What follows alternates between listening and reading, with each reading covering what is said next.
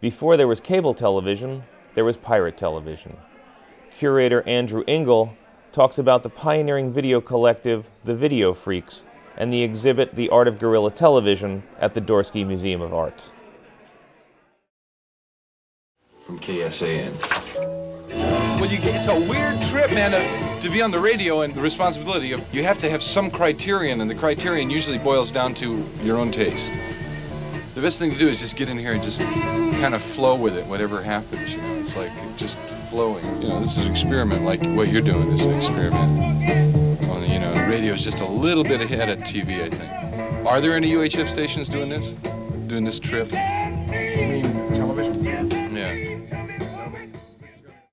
So the origins of the Video Freex go back to Woodstock. Most people didn't have access to this equipment at that time in 1969, or they were just beginning to.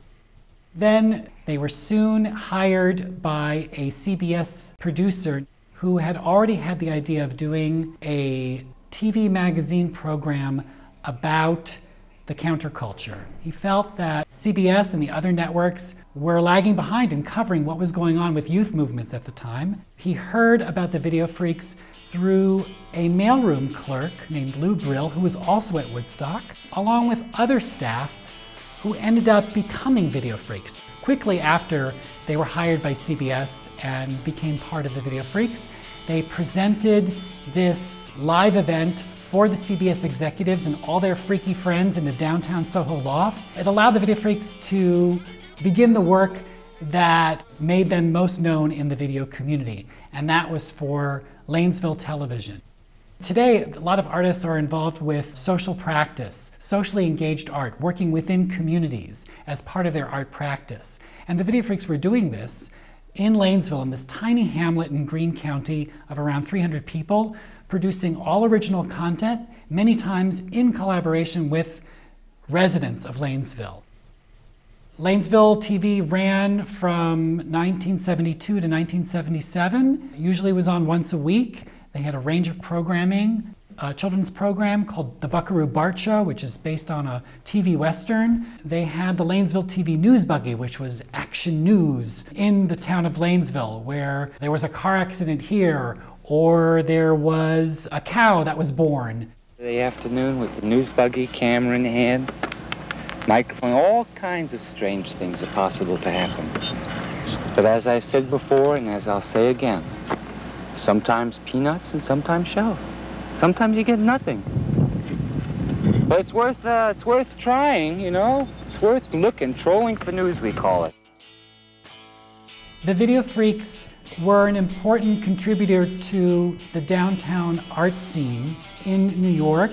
They worked on various installations, including a project for Vision and Television, which was the first ever museum exhibition of video art. They were there to document what was going on in the exhibition and teach other students how to use video equipment.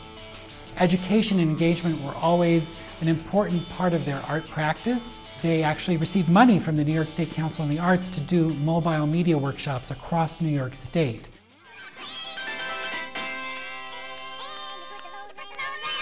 So while they were doing these education initiatives, they would also create their own artworks, either as a group or as individuals. So for example, we have a 4-channel video installation in the exhibition that was newly restored to explore multi-monitor installation.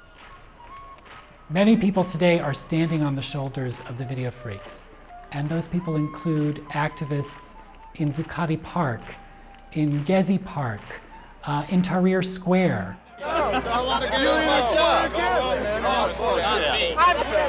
matter how many people you kill or how many people you step on. Putting money over people, property over people. Don't you have a conscience? Don't you have a conscience? I'm an individual. All right, I'm not bothering you.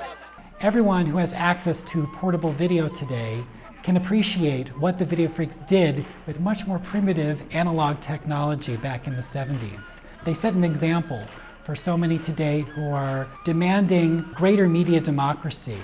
Although the internet wasn't born, the Video Freex have paved the way for so many to use video and media creatively.